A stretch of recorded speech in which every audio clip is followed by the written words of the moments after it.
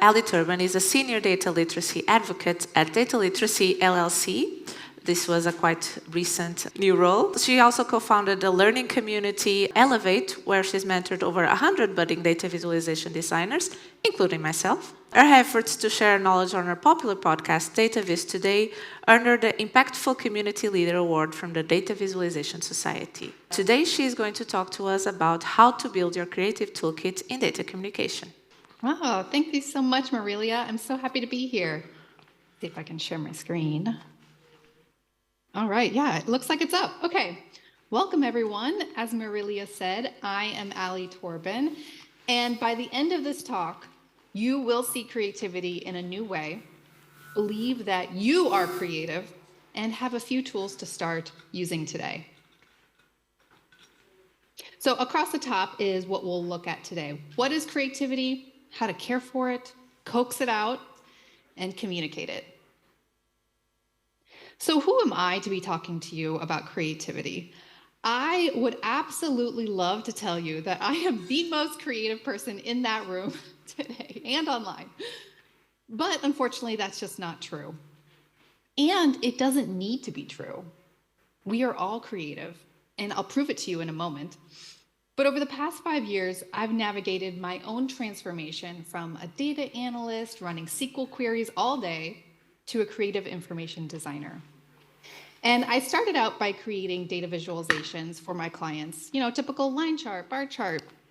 And I've expanded into communicating information in a lot of different ways, like data literacy comics, news infographics, and even book covers, which you've probably seen laying around at Porto this week. And I've also interviewed dataviz designers on my podcast, Dataviz Today, for over 5 years now, all about their process and inspiration. And I was even invited to teach my visual metaphor design process at Google last year. Plus, I've specifically obsessed over creativity in data communication for the past year to write a book about it. So I have a ton to share with you today. So first, let's deal with this word creative. What does that even mean? A lot of times we use it as a synonym for artistic, which can make some of us data people feel a little bit left out. But what I did was I pulled over 50 definitions of creativity off the internet, and I did this word cloud list of the most used words.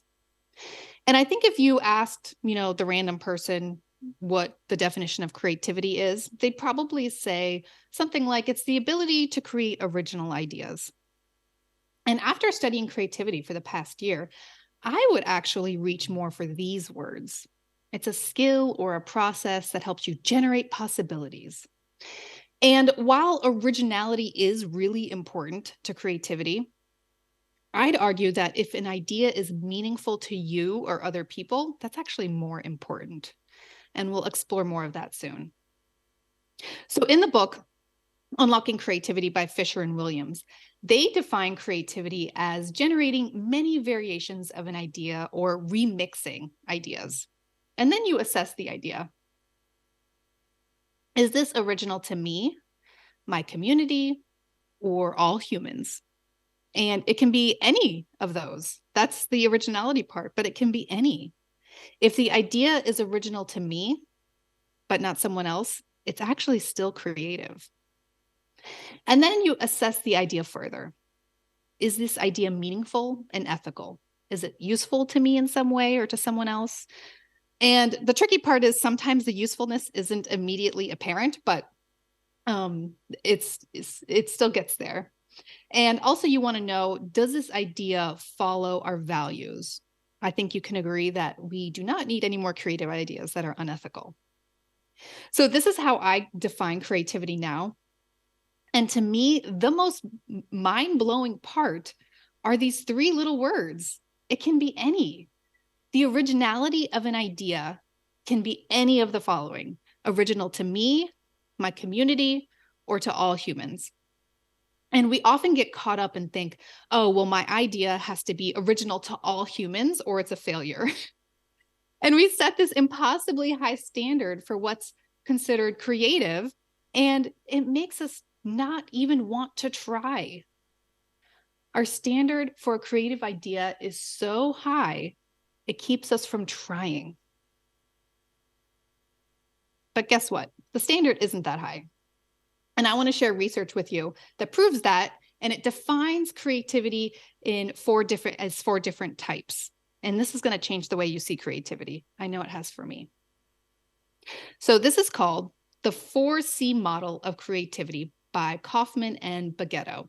And these researchers, they were frustrated because typically creativity was only talked about like either you did some little creative thing in your personal life, or you did this big creative thing and you were written about in the history books like Albert Einstein.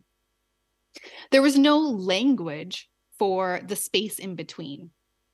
So they studied creativity and how we express it in our lives and in our work, and they came up with this model. We have mini C creative acts, little c creative acts, pro C, and big C. So let's see what these are. In mini C, these are the creative acts that are personally meaningful and new to you. And they're typically expressed when you're learning something new. So let's say you finally figure out how to create that chart in Tableau, and it's exactly what you needed. And it's probably not useful to someone else. They probably know how to do it too. Someone else has done that chart a million times. But guess what? That was still a creative act. It's a mini C creative act. Now, little c are those everyday or hobby creative acts that you do. And your idea may or may not be useful to others, but it's slightly more advanced than you just learning. So maybe you figure out that you can export a map and then connect it to a bar chart, and it's exactly what you need for your situation. And maybe someone else can use it, but maybe not. It's still creative. And then we have pro C creative acts. That's creative acts that you do professionally and, for work. And it's mostly meaningful to other people. And we spend a lot of our time here trying to solve problems at work with ideas that bring something new to the table. Like, let's say you build a dashboard and you add a bee swarm chart, and it's a chart no one has seen before. And it saves the company time and money. That's a creative act. And then finally, the big C. These are the creative acts that are truly genius and land you in the history books. Let's say your chart is on the front page news as the chart that saved the world. Obviously, this is very rare. And really, it's not what we're striving for. There are just way too many factors outside of our control that would get us into big C territory. So I say, forget about big C. That's not what we're shooting for. Let's focus on the other creative acts. Learn something new with mini C. Experiment with little c, and bring those ideas and that mindset to your professional work, because you are creative in a lot of different ways, and all these little creative acts build on each other. So now that we have a language for the different types of creative acts, I hope you feel like you are creative. And let's think about, how can we be more creative in our work? What's the first thing that we would want to know? Which tools? This is what we usually ask, right? We ask this a lot in Porto already. Which tool should I use? Which tool should I download? What did you use for that project? And I ask that all the time too. And yes, software tools are really important. You can do so many cool and innovative things with it. But the beauty of creativity and data communication is that you can have a huge impact even with the most basic tools. Here's an example by William Playfair, this unique chart that he did without a computer in 1805.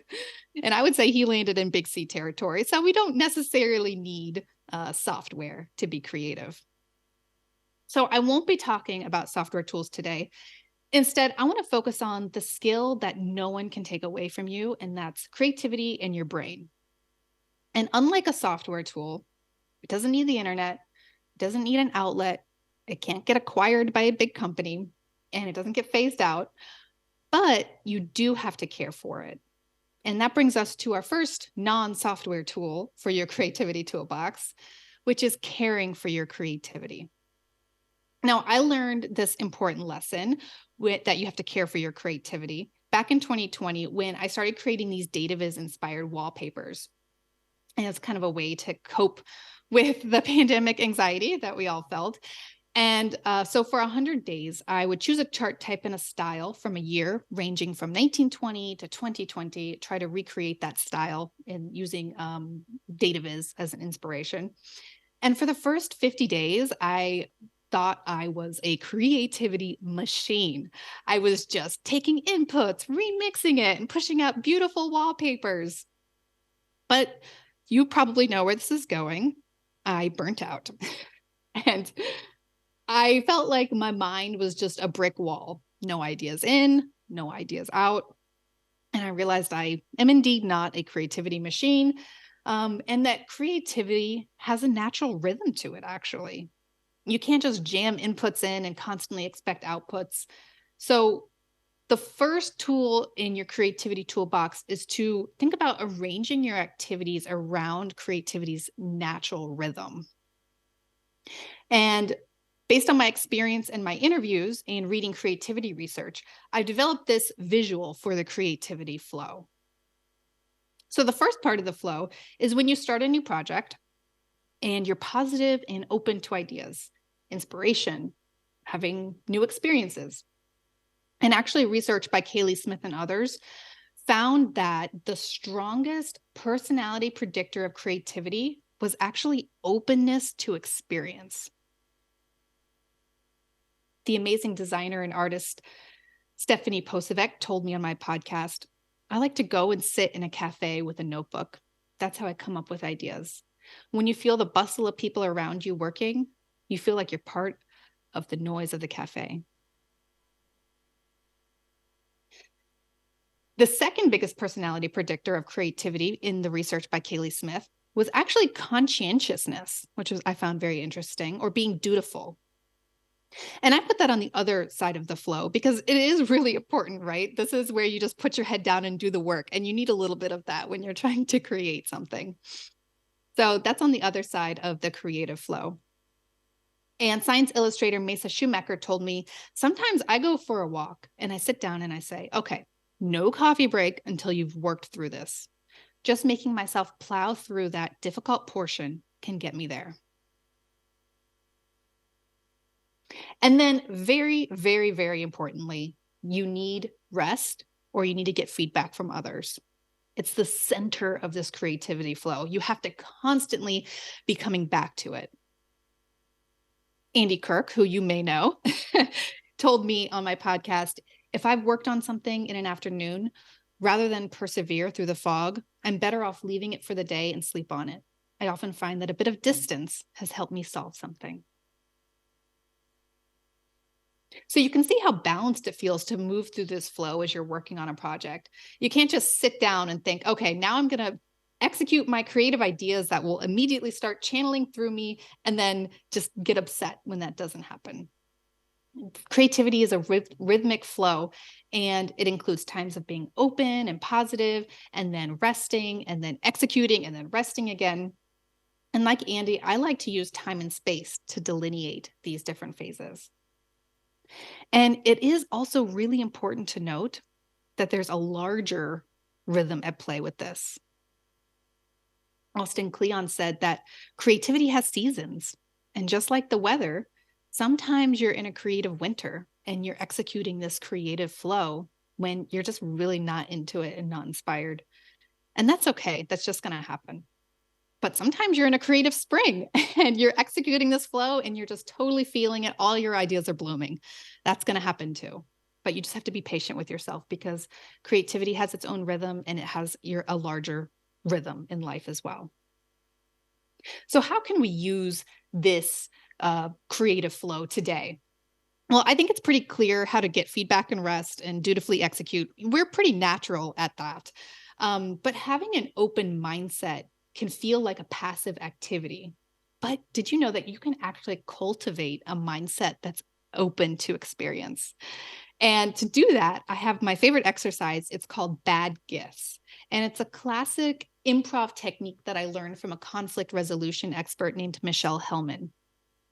And all you do is pretend to give a bad gift to someone, and they need to graciously accept it like it is exactly what they wanted.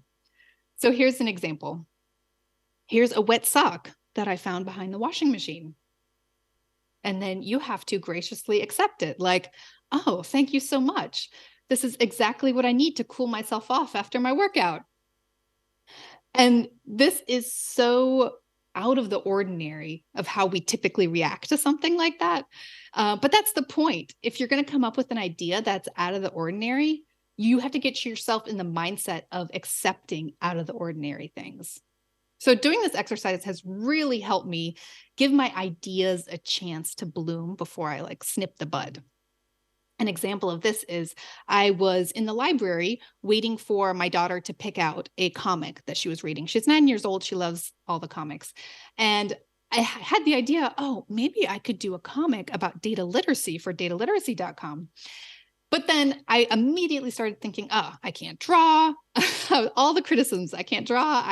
I don't even read comics, so how am I going to create one? But then I remained open for just a smidge longer than I normally would. And I thought, I wonder if there's a book that shows you how to create comics. And it turns out there's actually a whole shelf at the library that shows you how to do that. So I was able to just remain open for a little longer than usual, and this beautiful comic series was born. So your first tool in your creativity toolbox is to make sure you care for your creativity. And this means recognizing that creativity has a natural flow and rhythm. And you'll get the best results if you give time and space to each part of this flow. And then also practice being more open to experiences, and you can accept bad gifts to help you do that. Now, another big tool in your toolbox is having to coax out your creativity. So let's say you have your project brief and now you're just waiting for lightning to strike you. You're waiting for that great idea. The problem is I do not like to wait. So what I do is a lot of structured brainstorming where I ask myself specific questions. And the nice part about a question is that your brain immediately starts thinking of an answer. You just can't help it. So my favorite structured brainstorming process exercise is called Break the Box. And I love it because it only takes 2 minutes, and guaranteed by the end of it, I see my project in a new light. So this is how it works. You set a timer for 2 minutes, and in the center, you write the topic of your project. And then on each side, each of the 4 sides, you write down a basic assumption you're making about the project and how it should be represented or visualized. And then you write the opposite of that assumption. And since you're doing this all in 2 minutes, it's actually physically difficult to write all that stuff in under 2 minutes. So what you're doing is you're eliminating your preciousness for wanting to think and rethink and criticize and shoot down your ideas. You're just kind of quickly challenging the assumptions of your project, almost like an impartial observer. So it's great. I want to show you an example of this. I was commissioned by Axios to turn this media manipulation lifecycle graphic into something that was informative and engaging. And I was kind of stuck because, I don't know, this looks pretty straightforward. I wasn't sure how to make this come to life. So I did this exercise. Set the time for 2 minutes, put media manipulation lifecycle in the center, and I did some basic assumptions. Okay, well, the lifecycle has to be circular and it has to repeat, and you need to use icons and definitions in the explanation. And then I did the opposite of those. Well, what if it's not circular? What if it doesn't repeat? What if it's real people and events? And then this is the final published piece. Doing this exercise gave me the idea, well, maybe I could do these little vignettes that kind of go down, descend like a staircase into a bad place. And this exercise really helped me mentally break myself out of what this graphic should look like and be open to more possibilities. So here's another tool for your creativity toolbox. Break the Box helps you challenge your assumptions and see the project in a new way to help you coax out a creative idea. Now, the last tool I want to add to your creativity toolbox has to do with communicating your creativity. You can convey something that people have heard before, but the way you communicate it can be creative. And one way that I like to do this is with visual metaphor. That's when you're saying thing A is thing B. And we use metaphors all the time when we talk. Like if I said, this room is a sauna, you would know that I'm saying the qualities of a sauna are present in this room. And when I start a project, I know that maybe I should be reaching for a visual metaphor when my client says that this concept has been really hard to explain in the past and people just are not getting it. Or if you want to add a layer of emotion or memorability to your project. Like here's a quick example of an infographic explaining my dataviz process to clients where I'm jumping through hoops, literally in this picture. And here I'm using the metaphor to wrap this information with a little bit of memorability because, you could just read it as a timeline or a list, but this makes it a little bit more memorable with this metaphor. So how do you find a visual metaphor for your project? That's the sticky part, right? Well, I like, again, to do some structured brainstorming. So thing A is your concept. And then thing B is the thing that has similar attributes or similar process to your thing A that you can map to. And like I said, I'm not going to sit around and wait for a metaphor to fall in my lap. So I do my structured brainstorming. So I have a process for this. First, I decide whether my thing B, I'm trying to lean on thing B's attributes or its process. And I've learned that these two buckets, attributes or process, are a good way to get me started on finding a visual metaphor. And then I answer these questions based on which ones I choose. So for attribute, what are the notable features of my idea? What are the purpose of the features? How are the features related? For process, what's the beginning and the end states? What's the transformative action? What's the overall effect? And really what we're doing here is kind of making a haystack of words that you can try to find the needle in. You need like something to play with first before you can find the idea, right? So as an example, this is a graphic by Eli Holder, and he asked me to redesign it. And it's really just showing how bar charts can make people make assumptions about certain groups of people. And he said it was hard for people to understand. So I was like, oh, well, let's reach for a visual metaphor. So I did this process and I decided this visual metaphor brainstorming process, and I decided that this is a process.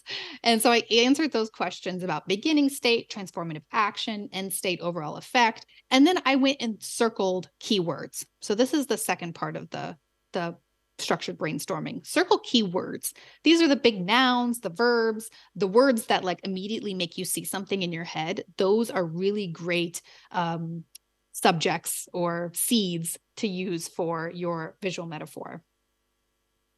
Then the next step is take all those words that you circled, put them up on the left-hand side, and then apply those words to different categories. So like the word judge, it could also mean a judge in a courtroom. It could mean a referee.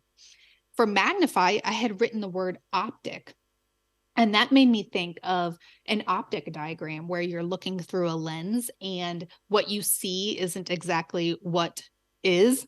And I thought, oh, well, that's exactly what Eli is trying to say. We can lean on this optic diagram idea to convey Eli's research. So this is the final graphic. We had this crowd of people on the left, doing their thing. These are real people. And the bar chart is like the lens that we see them through, and it can be distorted.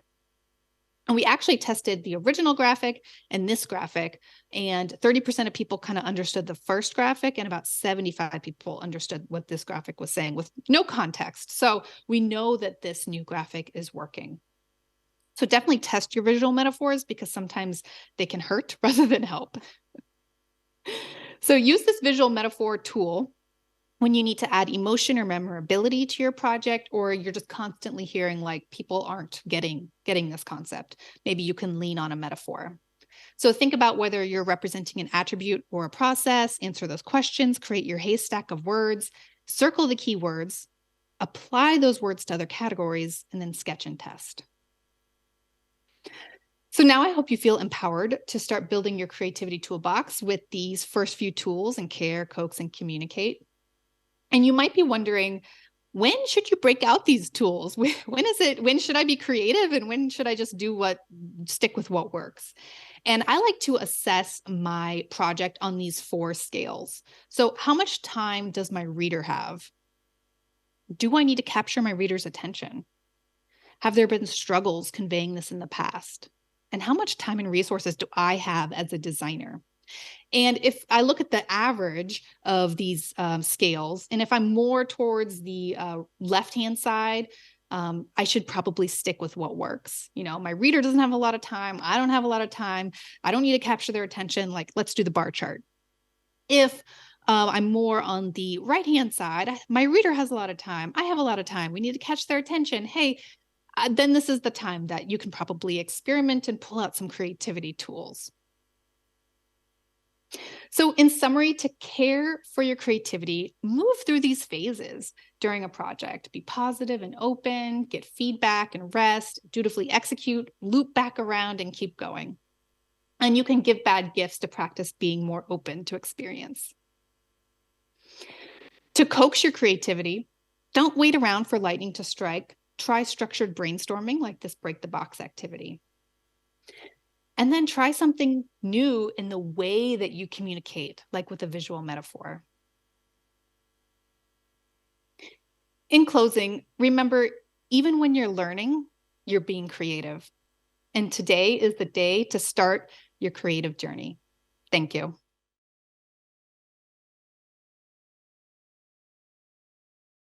Can you also share some examples that maybe didn't work? Or like some process that you thought it would work for being more creative and in the end it wasn't that great? Yeah, I had a client where we were actually trying to show the process of how the vaccine was developed, and they wanted to show how it compared to the old or typical process of how a vaccine was developed, to show that this was faster, but it was still safe. And I thought, okay, this is the chance to maybe I could show something like isometric and show how these different, it just did not work. Everybody was like, no, this is too much. And I just ended up doing a really basic timeline. And that was the one they chose, and they were super happy with it. And I should have rated, I wish I had had those scales before, and I could have rated the project on those scales and realized that I didn't need to be reaching for my extra creative ideas there. Yeah, I think I always ask this question, but do you think that cultural and context also affects creativity in some way? Have you felt that yourself? Yeah, on one of my podcast episodes, Duncan Gear actually mentioned how, it's risky to be creative. And some people just naturally do not have the capacity or the ability or the privilege to be creative and have time and space to try things that don't work, because that's part of being creative, is that you are doing something that may not work and it's not an efficient process. So some people just can't, they don't have the luxury of being creative. That's right. We have a couple questions over there. Now we have a lot of questions now. Yeah. Great.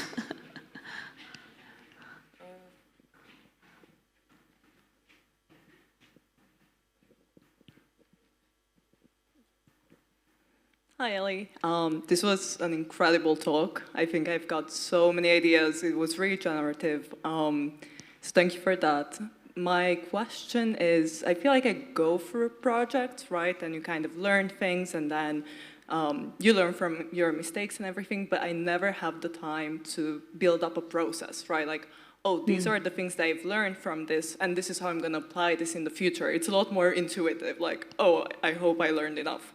So I wonder, when do you take the time to sort of create these kinds of processes? Which are the things that sort of make you sit down and be like, oh, I should rethink through how I navigate these issues? So yeah.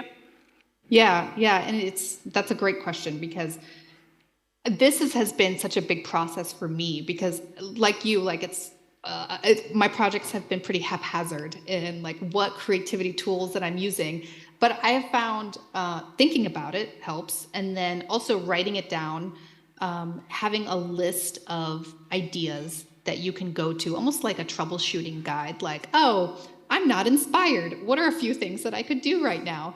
And also questions. Whenever someone asks a question where I'm like, oh, that really sparked an idea for me, I write it down, because these can all be things you can just pull whenever you start a project, and you don't have a lot of times to be like, oh, what's going to be my beautiful creativity flow in this project? You can just reach for a few questions that are helpful to you in the moment. I hope that helps. I think we had another one, right? Hello.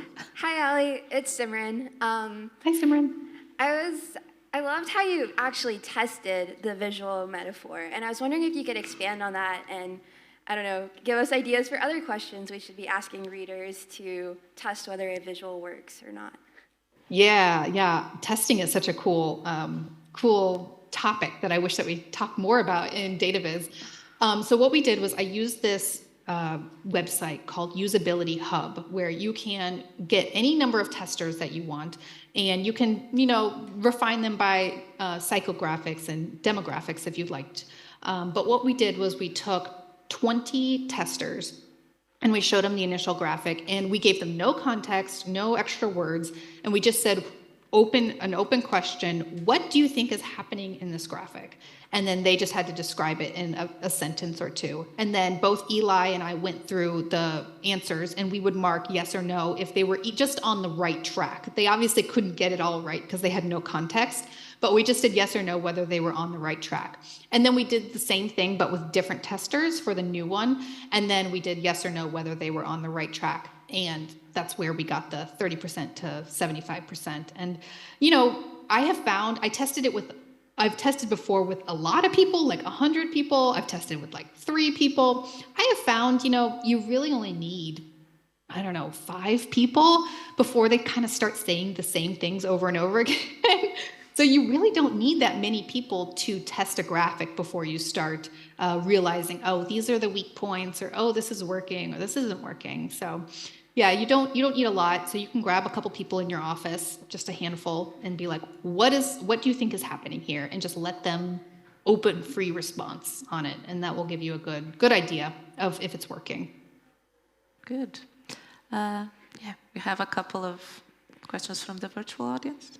Yeah, from online. That's from Kat Lau. How do you stay motivated and overcome that fear of trying in the first place? I know I have to just and go do it, but I find myself avoiding the practice and feel like I'm never really prepared to even try. Yeah, I keep coming back to Manuel Canales. He told me that when he is starting a project, that he just starts sketching, and he's not precious about what he's sketching. He just starts sketching. And I like to start sketching like things that I feel like I'm good at drawing, like a cube or like a smiley face. And it gets me in a more positive mood, and it just gets me moving with my ideas. So you can't feel like, I'm sketching the idea right now, and it's going to be the most creative thing. And if this doesn't work, then it's not going to work. You just have to start sketching, and whenever you see an artist like starting to sketch on a big canvas, they're like doing these big broad strokes, and then slowly they're like refining it. I like to think about it like that. Like, just start your hand moving on the paper, and then just start slowly making more and more shapes that are closer to what satisfies your brief. Thank you. We have time for 2 more questions. So we have 2 here. I'm sure there are others on the virtual platform, Alli, so maybe you can go ahead and reply directly. Hi, thank you, Alli. My name is Irene. I wanted to ask you about something a bit personal, because I don't know if I'm speaking just for myself, but I usually fail when trying to rationalize creativity. Unfortunately for me, because it's harder to control it. I work from an holistic point of view, and I wanted to ask you, what's your experience with this no strategy and what it takes to creativity? Yeah, I mean, it's really, really hard to start doing it, like just jump into like the pro C creative acts, like I was telling you. That's why I love that model so much, because we think creativity is just this one thing where you're creating the chart that saves the world, right? But if you think about creativity in the mini C, and the little C acts, like think about how you could be creative in learning something new, like those wallpapers that I did. Like that's not really useful to anybody, really. Like it might bring a smile to someone's face, maybe useful in that way. But it was serving a purpose for me in terms of my anxiety, and it came out to be really beautiful, and I really love the effect of it. But that's more of mini C creative acts. So I wouldn't put the pressure on yourself to be like, let's jump in and do some pro C creative acts. Like start small, and those things will build on each other. Like me doing the wallpaper, which I would say is a mini C creative act. It helped me doing 100 of those graphics, gave me the skill of illustrating. And that illustration I was able to bring into my dataviz work and gave me more skills in order to have more ideas to pull from and be creative in my pro C creative acts. So start with something small and don't put so much pressure on yourself to be like, professionally creative right out of the bat. All those things will build on themselves. Great. One last very quick question and very quick answer, please. All right, I'll try to be quick as possible. Hi, Alli. Thank you for your time. Also a big fan of the podcast. Just kind of relating your podcast and the question that I have. So one episode of your podcast, you spoke about your niche. And one thing you said was, if you started again, you'd go narrow and say, I'm a dataviz person who does this specific thing. So when it comes to your creative practice and you're trying to be perhaps a niche to an audience that's not as much used to dataviz, how would you use the strategy to like slowly incline them to get more into like the pro C stuff when perhaps they're not even used to the little C stuff? You mean like when you're trying to sell a creative idea to a client? Yes, but also a general audience. Yeah, I think Nadi said this earlier, where you can do what they tell you to do, but then you also show them something that you also think might work. Kind of like slowly boiling the lobster. You have to just like slowly turn up the temperature before they realize, oh my gosh, we're doing something creative. So try to find those spots where you can integrate something that maybe they didn't ask for, and they can start seeing the benefits of something that's creative. And you can also, I have told people, like, include the creative charts that your boss doesn't like seeing, include it in the appendix in your presentation or in your report, and someone is going to start seeing them, and then maybe they'll start asking for them if they're being effective in some way. Sorry, well, you heard. Thank you very much, Alli. Thank you. Well, Thanks, everyone. Alli will be around in the virtual platform if you want to chat. And, well, see you soon. Bye. Thank you.